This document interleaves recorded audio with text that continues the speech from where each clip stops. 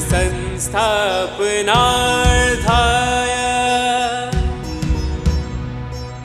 संभवामि युगे युगे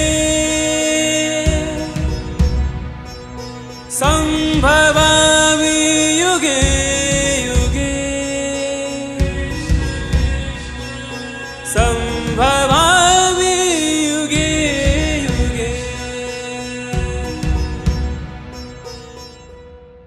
13th, दूसरों के हित के बारे में सोचते हैं दैवी संपदा वाले, लेकिन ये आसुरी संपदा वाले दूसरे के बारे में कुछ सोचते ही नहीं। वो अपने सेल्फ फोकस, सेल्फ सेंटर्ड ही होंगे, दूसरे का जो होना होगा। मुल्ला जी ट्रेन में जा रहे थे एक बार ट्रेन में जा रहे थे मुल्ला जी, और बड़ा सा संदूक था। तब तो ऐसी अमेरिकन टूरिस्टर की बैग्स आती नहीं थी, सैमसोनाइट की। तो बड़ा सा संदूक कैसा होता है, वो लोहे का ट्रंक होता है, बड़ा सा जंग लगा होता है। आधे टाइम तो जंग लगा ही देखा है मैंने, जब भी हम छोटे थे तब जंग लगा हुआ बड़ा सा संदूक और बहुत भारी। ट्रेन में भीड़ बहुत ज़्यादा हो गई, तो उसने क्या किया, संदूक को उठाकर ऊपर की सीट पर रखा, क्योंकि अब नीचे तो लोग बैठेंगे, तो इसलिए ऊपर की सीट पर रखा उसने। और इतना भारी संदूक था कि आसपास वाले लोगों को देखकर ही पता चल रहा था कि इतना भारी है। तो किसी साथ के पैसेंजर ने उनको बोला कि इतना भारी संदूक है, आप ऊपर मत रखो, गिर जाएगा तो हम सब नीचे बैठे हुए हैं, गिर जाएगा तो। मुल्ला नसरुद्दीन ने कहा फिक्र मत करो, उसमें टूटने वाला कोई सामान नहीं पड़ा। अब बताओ, तुम दूसरे की भी तो फिक्र करो कि अगर वो नीचे गिर जाएगा तो उसका सिर टूट जाएगा। वो ये बात कर रहा है और वो कह रहा है कोई टूटने वाला सामान नहीं पड़ा। ये आसुरी वृत्ति। See Mulla was never a real person. Mulla Nasruddin की कहानियां जो मैं सुनाती हूँ तुम्हें, ये असली आदमी नहीं था, he was a fictitious character. लेकिन ये फिक्शियस कैरेक्टर क्रिएट किया गया था तुम्हें बोध देने के लिए। तुम भी ऐसा करते हो कि नहीं? ठीक है, करते हो, हाँ कह रहे हो, ठीक है। नेक्स्ट, दैवी संपत्ति वालों को संसार का आकर्षण भी कम होता है, उस जाति का संस्कार भी कम होता है, और उस जाति का प्रशिक्षण भी कम होता है। बहुत इंपॉर्टेंट बात है। वो लोग पूर्व से संस्कार ही ऐसे लेकर आए हैं कि उन्हें संसार की तरफ ज़्यादा आकर्षण नहीं होता। तुमने देखे होंगे ऐसे लोग, तुम्हारे आसपास ही रहते होंगे। तुम जितने उत्सुक हो बाहर की चीज़ों में, अरे लव यात्री आई कि नहीं, रिलीज हुई कि नहीं हुई, उतने उन लोगों को कुछ उत्सुकता ही नहीं होती। और उनका प्रशिक्षण भी, उनके आसपास का जो ग्रुप होता है ना, वो भी ऐसा सत्संगियों का ग्रुप होता है कि वो संसार की तरफ जाते भी हों तो उन्हें खींचकर बाहर ले आए, पकड़ के अंदर ले आए, अपनी तरफ ले आए। लेकिन दैव असुरी संपत्ति वाले कैसे होते हैं? आकर्षण भी संसार का, संस्कार भी वहीं के, और उनके आसपास का ग्रुप भी उन्हें उसी में प्रशिक्षण दे रहा है, वही ट्रेनिंग दे रहा है। जा यहाँ अच्छा था यहाँ जा, वहाँ अच्छा था वहाँ जा। उसका पूरा जो फर्स्ट सर्कल है वो भी इसी टाइप का है कि उसे बाहर की तरफ ही इनवाइट कर रहा है। ये समझ लेना तुम लोग। तुम्हारे आसुरी संपत्ति वाले हो तुम, यदि तुम आसुरी संपत्ति वाले हो तो तुम्हारे दोस्त भी तुम्हारे ऐसे ही होंगे जो तुम्हें बाहर खींचेंगे। तुम्हें प्रशिक्षण भी वही मिलेगा, संस्कार भी वही होगा, वृत्ति भी वही होगी। मेक श्योर ये आसुरी वृत्ति है। कैसे पलट सकते हो? पलटा जाता है। मैंने अभी देखा लोनावाला की यूथ, ये जो रिट्रीट के अंदर कितने सारे यूथ आए थे, बॉम्बे से भी, यहाँ से भी, सो मेनी यूथ, और उन लोगों का एक ग्रुप बन गया था। लेकिन वो बॉम्बे जैसी माया नगरी में जाकर भी वो बीच पर बैठकर भक्ति गा रहे थे, बीच पर बैठकर भक्ति बना रहे थे, भक्ति गा रहे थे। ऑल्दो उन्होंने सारी हरकतें कर ली, पाव भाजी भी हर जगह के खा के आ गए, सब कुछ किया, लेकिन उनका आस पास का जो ग्रुप था वो उन्हें उल्टी सीधी जगह जाने से फटाफट अटकाता था। और आस पास का ग्रुप छोड़ो, उन्हें पता था कल ही प्रभु मिलने वाले हैं, तो वो एक एंकर हमेशा सिर पर था। दैवी प्रकृति वालों का ऐसा होगा कि वो ग्रुप ही ऐसा क्रिएट करेगा जो उसके संस्कारों को सही दिशा दे और उसको प्रशिक्षण भी सही दे। लेकिन आसुरी प्रकृति वाला, अरे वो मेरा दोस्त है, अरे क्या पेट से पैदा होकर साथ में आए थे तुम, दोस्त है लेकिन गलत है तो छोड़ क्यों नहीं सकते? लेकिन बस that uncomfort of becoming lonely, that uncomfort कि अरे वो चला जाएगा तो मैं अकेला हो जाऊंगा, अरे नहीं वो जाएगा तभी दूसरा अच्छा आएगा, उसे हटाने की हिम्मत करो। यही ईश्वर की ने तुम्हें परीक्षा दी है। जब तुम्हें पता चल जाए कि तुम्हारा वो दोस्त गलत है, गलत राह पर तुम्हें भी ले जा रहा है और खुद भी जा रहा है, तब उसे हटाने का वीर्य उठाओ। ये अर्जुन का काम है।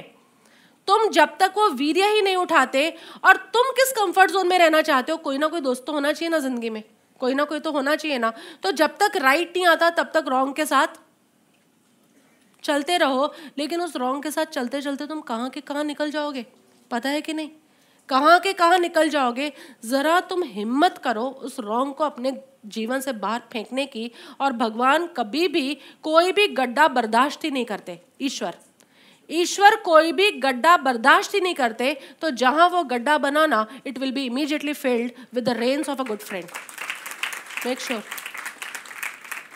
लेकिन तुम्हारे अंदर हिम्मत चाहिए। नेक्स्ट, देवी संपदा वालों को दूसरों की सेवा और पोषण में रस होता है, और आसुरी संपदा वालों को दूसरे के शोषण में रस होता है, डोमिनेट करना चाहता है। गौतम प्रभु मेरे गेट के बाहर खड़े रहते हैं, किस कारण से तुम्हें मालूम है? सेवा में है। अब उस सेवा के अंदर उन्हें दूसरों को डोमिनेट करने का भाव है अगर, तो ये कौन सी वृत्ति हो गई? भले एसआरएम में हो, देवी के साथ हो, लेकिन फिर भी तुम्हारी वृत्ति कौन सी हो गई? आसुरी। लेकिन इसमें दूसरों को सुविधा प्रदान करने का भाव हो कि किस तरह से सब सुविधा में आकर प्रभु का लाभ ले सके, दर्शन कर सके, 2 मिनट बात कर सके, तो ये संपत्ति कौन सी हो गई? सो डोंट जज योरसेल्फ लाइक दिस ऑल्सो, कि अगर आप एसआरएम के सत्संग में बैठे हो तो दैवी संपत्ति वाले हो। ये ऐसी ही भ्रांति में मत रहना, ऐसे इल्यूजन में मत आना। तुम यहाँ पर डोर के बाहर खड़े होकर भी तुम आसुरी संपत्ति वाले हो सकते हो। वो नहीं है, इसीलिए वो बाहर खड़े हुए हैं। यदि वो होते तो मेरे गेट के बाहर खड़े भी ना होते। लेकिन I am telling you an example कि तुम दूसरों का शोषण करने के लिए आए हो, दूसरों को दबाने के लिए, डोमिनेट करने के लिए। तुम्हारी वृत्ति वो है, या दूसरों की सेवा के लिए तुम वहाँ खड़े हो? You have to check it. बहुत बढ़िया बात है। नेक्स्ट मैंने लिखी है डायरी में 16 नंबर का पॉइंट, गुरु कृपा में दैवी संपत्ति वाले जितना जानते हैं ना, उतना ही समझ पाते हैं कि मैं अज्ञानी हूँ। और आसुरी संपत्ति वाले जितना जानते हैं, उन्हें लगने लगता है कि मैं तो ज्ञानी हूँ। उन्हें ज्ञान का अहंकार आता है। और तुम जितने भी साल मेरे साथ जी लोगे ना, तुम्हारे में कभी भी अगर ज्ञान तो हुआ ही नहीं अभी, जानकारियों का अहंकार आ जाएगा, तो ये कौन सी संपत्ति है तुम्हारी? लेकिन जितना तुम जानो और तुम्हें लगे अभी तो कुछ जाना ही नहीं, अरे कितना अनंत ज्ञान है, उस अनंत ज्ञान में से एक लोटा भर के प्रभु हमें दे रहे हैं, और उस एक लोटे का भी एक बूंद अभी हमारे भीतर गया नहीं, तभी तो ज्ञान नहीं हुआ। कितना ज्ञान है, तुम्हें हमेशा अपने अज्ञान पर आश्चर्य होता रहे। तो ये कौन सी है? दैवी वृत्ति। और अगर तुम्हें जानकारियों का अहंकार होने, अब तो हम अष्टावक्र जी की गीता जानते हैं, अब तो हम भगवत गीता जानते हैं, अब तो हम लोनावाला की शिविर करके आ गए, अभी तो हम ये करने वाले, अब तुम्हें इसका अहंकार हो जाए ना, तो ये even in SRM you are still असुर। निष्कामता, क्षमा और संतोष से भरा जीवन होता है इनका। किसका? दैवी। निष्कामता, क्षमा और संतोष से भरा जीवन। और आसुरी संपदा वालों का काम, क्रोध और लोभ से भरा जीवन, क्योंकि कृष्ण ने इन्हीं 3 को नरक का द्वार कहा है। आगे आएगा। काम, क्रोध और लोभ से भरा हुआ जीवन है ये किसका? आसुरी संपत्ति वालों का। लोभ एक ऐसी जाति है ना जो पीछा छोड़ती नहीं है। इवन यहाँ पर भी तुम्हारे में भी कितनों में लोभ होगा। और मैंने ऐसे लोभी जीव गिरते हुए देखे हैं, बहुत देखे हैं, बहुत नहीं 3-4 देखे हैं। मतलब उन्हें बहुत पास से मैंने निरीक्षण किया है उनका कि why this people fall down, why, क्या कारण क्या है? इतना समर्पण था, इतना प्रेम था, इतना अहोभाव था, still why they fall out? क्योंकि कहीं ना कहीं इस लोभ की वृत्ति को जीत नहीं पाते। जल्दी पालूं, अधीर हो जाते हैं, ज्यादा जान लो। प्रभु ने जितना बताया उनका भी तो कोई सोर्स ऑफ नॉलेज होगा, उस सोर्स ऑफ नॉलेज के पास पहुंच जाऊं। कितने लोग ऐसा सोचते हैं। अभी गौतम प्रभु के पास हम धर्म यात्रा में थे, तभी किसी महाराज जी का फोन आया, पंजाब से आया था शायद। वो कह रहे थे कि हमने बेन प्रभु के सत्संग देखे भगवत गीता के यूट्यूब पर, और हम लोग भगवत गीता के ऊपर पीएचडी कर रहे हैं, तो हम लोग जानना चाहते हैं कि कहाँ से देखकर बोल रही हैं। अभी कहाँ से देख के बोल रही हैं? वो जहाँ से देख के बोल रही हो तुम में भी है। लेकिन ये बात उनको समझ ही नहीं आती। नहीं, हमें बेन प्रभु की ना डायरी के नोट्स भेज दो, मेरी डायरी का नोट तुम उठा लो, तुम्हें कुछ ना समझ आए। इस तरह से ये लिखा होता है, कोड वर्ड्स में लिखती हूँ। बाई चांस कभी किसी के हाथ पड़ जाए तो उसको वापस इस डायरी को देख के यूट्यूब देखने का मन करे, इस तरह से मैं लिखती हूँ। अरे ये यौगिक परंपरा है, उन्होंने शास्त्र इसी तरह इसी कोड वर्ड में लिखे हैं कि शास्त्र देख के तुम्हें किसी सदगुरु को सुनने का मन हो जाए। ये यौगिक परंपरा है, इसलिए मैं भी लिख रही हूँ, कुछ नया काम नहीं कर रही। ये योग परंपरा में ऐसा ही चला है हमेशा। हर कोई कोड वर्ड में लिखता है और कोड वर्ड में लिख कर तुम्हें यथार्थ स्वरूप समझने का मन हो जाए ना, उसीलिए लिखते हैं। तो वो कहते हैं गौतम प्रभु को कि हमें बेन प्रभु की डायरी के नोट्स भेज दो। पॉसिबल नहीं है, क्योंकि डायरी में जो लिखा है वो तुम्हें कभी समझ ही नहीं आ सकता बिना यूट्यूब के। तो अच्छा, हमें वो बता दो कि वो कौन सी किताब में से पढ़कर बोलती हैं।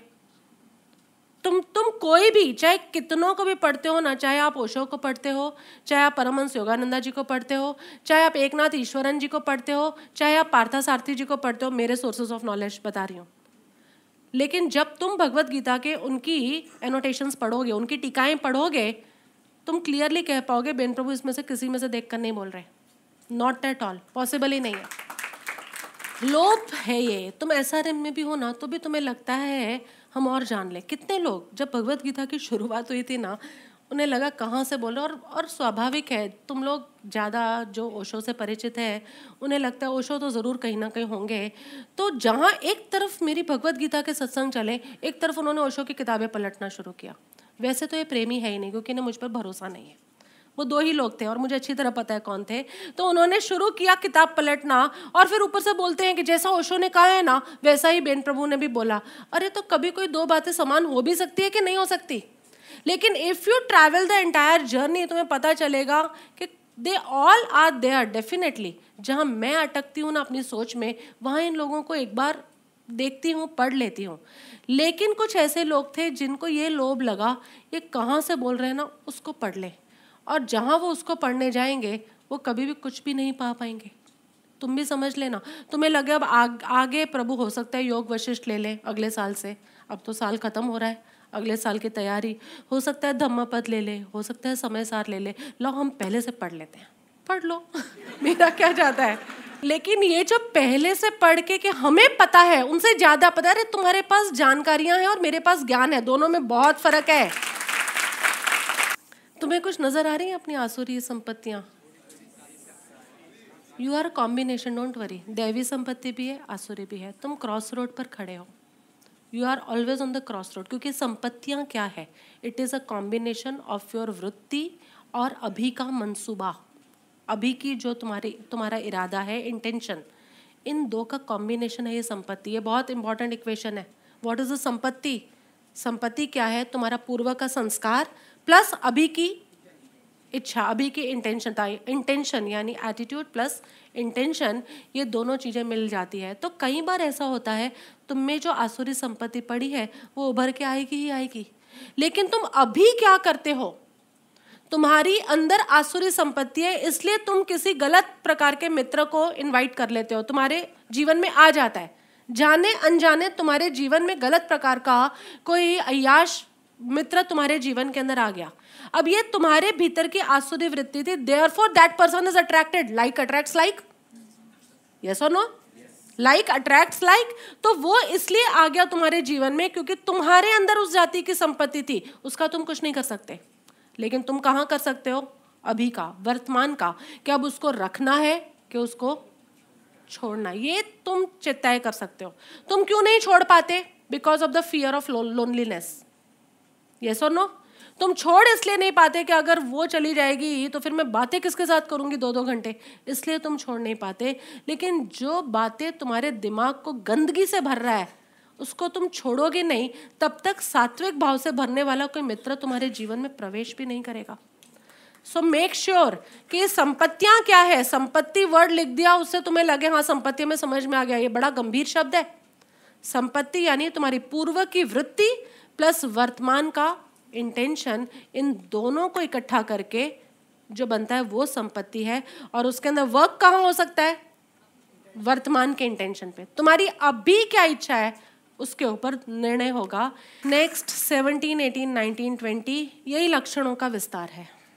आत्मसंभाविता स्तब्धा धनमान मदान्विता यजन्ते नाम यज्ञैते दम्भेन अविधिपूर्वकम् अहंकारं बलं दर्पं कामं क्रोधं च संश्रिता मामात्मा परदेहेषु प्रद्विषन्तः अभ्यसूयका तान् अहं द्विषतः क्रूरान् संसारेषु नराधमान् क्षिपामि अजस्तम् अशुभान् आसुरीषु एव योनिषु आसुरीं योनिम् आपन्ना मूढः जन्मनि जन्मनि माम् अप्राप्य एव कौन्तेय ततः यान्ति अधमां गतिम्। समझ आ रहा होगा सब क्या लिखा है? So clear. अपने आप को श्रेष्ठ मानने वाले सारे मैंने इसमें समअप कर दिए हैं। जितनी भी बात कृष्ण ने कही है सारी यहाँ है। घमंडी पुरुष मेरे से श्रेष्ठ और कोई नहीं है। तुम अपने ज्ञान को देखो कि बहुत अच्छा है, समझ में आ रहा है हमें, लेकिन दूसरों से अच्छा है जहाँ ये बात आई ना, वहाँ ये घमंड है। तुम अच्छा गा सकते हो, ये गाने का अच्छी प्रभु ने तुम पर कृपा करी है, लेकिन मैं दूसरों से अच्छा गा सकता हूँ, ये बात ही ये घमंड। और जब तुम्हें ये लगने लगता है ना कि मैं दूसरों से अच्छा गा सकता हूँ, तब जो नहीं गाने वाले होते हैं ना उनके बीच में भी तुम गाते रहोगे, because somewhere your ego is getting fed. वो फीड होता रहता है कहीं ना कहीं। मेरा तो बहुत सिंपल है, जो जैसा होता है ना उसके साथ में बातें करती हूँ। ज़रूरी नहीं है हर जगह तुम्हें अपने भाषण देने की आवश्यकता ही नहीं है। उन्हें तो भाषण ही लगे, तुम्हें सत्संग लगता है। लेकिन जो जानकार नहीं है, जिसको रस नहीं है, रुचि नहीं है और ना हुनर है इस मोक्ष मार्ग को समझने का, उसके सामने ज़्यादा दिखावा भी नहीं करो, बताओ भी मत, क्योंकि ऐसे ही तुम्हारा हुनर कम हो जाएगा। अवनीश, ये तुम्हारे को टिप, डायरेक्ट टिप दे रही हूँ। जब तुम 5-6 लोगों के साथ हो तब मत गाओ, क्योंकि कहीं ना कहीं उनमें गाने के प्रति इतना रस नहीं है, और जब उनमें नहीं है तो उनके अंदर क्या चल रहा है? अरुचि का भाव। उनका अरुचि की जो वाइब्रेशंस है वो तुम्हारे हुनर को हिला देगी। अरे तुम्हारे पास हीरा है बेटा, हीरा। उस हीरे को सबको नहीं दिखाया जाता, उस हीरे को इन सभाओं में ही खोला जाता है। ओके। अहंकार धन और मान के मत से युक्त होता है। नाम मात्र के शुभ कर्म करता है, नाम मात्र के, खाली करता शुभ है लेकिन अंदर में अशुभ भाव से भरा रहता है। शास्त्र विधि के रहित सारे कार्य करता है। अभी शास्त्रों की महिमा आएगी। अहंकार, बल, घमंड, कामना, क्रोध आदि के परायण होकर, उनके वश में होकर दूसरों की निंदा करते हैं। अपने और दूसरों के शरीर में स्थित मुझ अंतर्यामी से द्वेष करते हैं। मतलब तुम किसी से भी द्वेष करो, तुम किससे द्वेष कर रहे हो? डायरेक्ट कह रहे हैं, तुम ईश्वर से। तुम किसी से भी नफरत करो, मतलब तुम ईश्वर से ही नफरत कर रहे हो। So clear. उन द्वेष करने वाले पाप आचरी और क्रूर कर्मी नर अधमों को मैं संसार में बार बार असुरी योनियों में ही डालता हूँ, और खाली असुरी योनियों में नहीं, उससे भी नीची योनियों में भी डालता हूँ। नेक्स्ट में यही कहा है, हे अर्जुन, वे मूढ़ मुझको न प्राप्त होकर ही जन्म जन्म में आसुरी योनि को ही प्राप्त होते हैं, और उससे भी अति नीच गति को प्राप्त होते हैं, अर्थात घोर नरकों में पड़ते हैं। आसुरी योनि यानी तुम जन्म से ही उस जाति के अवगुण लेके पैदा हुए होंगे, ये आसुरी योनि है। तुम जन्म से ही इस तरफ का जो टेबल है ऐसे संस्कार लेके पैदा हुए हो। ये कौन सी योनि है? देव योनि। ये आसुरी योनि है, ये देव योनि है। यदि तुमने गलत काम किया, जितना भी यहाँ पे लिखा है, क्रोध, काम, घमंड, ये सारा किया है, तो फिर तुम्हारा जन्म किस में होगा? वापस, क्योंकि वही तुम्हारा संस्कार बन गया। तो ये तुम्हारा आसुरी वृत्ति में जन्म है। और नरक किसे कहा है? नरक, क्योंकि नेक्स्ट में आया ना, अगर वो नहीं सुधरते तो वो नरक में जाते हैं। नरक उस स्थिति का नाम है जहां तुम में ये वृत्तियां भी होंगी, लेकिन तुम्हें इन वृत्तियों का न भान होगा, न इन्हें हटाने के लिए कोई सावधान करने वाला होगा। उस स्थिति को नरक का है। 3 अलग अलग भेद बनाए, देव, असुर और नरक। नरक कौन सा है? तुम्हारे अंदर असुरी वृत्तियां हैं, लेकिन तुम अभी नरक में नहीं हो, क्योंकि तुम्हें अपनी इन वृत्तियों का भान भी है और तुम्हें इन वृत्तियों के प्रति सावधान कराने वाला भी कोई खड़ा है, इसलिए तुम नरक में नहीं हो। नरक किसका है? नरक is not a geographical location. उसकी बात नहीं चल रही कि यहाँ पर कोई नीचे नरक होगा, ऊपर स्वर्ग होगा, वो बात नहीं है। It's all psychological. नरक उस स्थिति को कहा गया है जहाँ तुम्हें आसुरी वृत्ति भी है भी, लेकिन उस संपदा को बदलने वाला न कोई सावधान करने वाला है। तुम खुद ही देख के बताओ, जज करो कि जब तुम आसुरी वृत्ति में होते हो, आसुरी संपदा में, तब तुम जॉयफुल होते हो कि तुम दैवी संपदा में होते हो? लॉन्ग टाइम तक किस में रह सकते हो? हैप्पी। कभी कभी आसुरी संपदा में भी मजा आता है, लेकिन वो लॉन्ग टाइम तक सस्टेन नहीं करता। लॉन्ग टाइम तक कौन सा सस्टेन करेगा? कौन सा हैप्पीनेस, कौन सा जॉय? तो दैवी संपत्ति वाले को मैं इसमें पैदा करता हूँ, जो 26 लक्षण थे, स्टार्टिंग में आए थे, वो 26 लक्षण जिसके पास है वो यहाँ पैदा होंगे। जन्म से ही उनमें ये सब गुण होंगे। जिनके अंदर ये सारे अवगुण है, और इन सबका मूल तो इन्होंने काम, क्रोध और लोभ ही बताया है, जिनमें ये अवगुण है वो पैदा ही इन्हीं कैटेगरी में होंगे। क्वांटिटी देखने में रस होगा, दूसरों को डोमिनेट करने में ही रस होगा, वो पैदा ही इसमें होंगे। लेकिन नरक में कौन पैदा होंगे? जिनको ना इन आसुरी वृत्तियों का भान होगा, ना उन्हें कोई सावधान करने वाला होगा, वो सारे नरक में जाते। मेहरबानी करके तुम अब नरक में मत जाना। और नरक में कौन नहीं जाएगा? जो अब सावधान हो जाता है वो आगे नरक में नहीं जाएगा। That's all.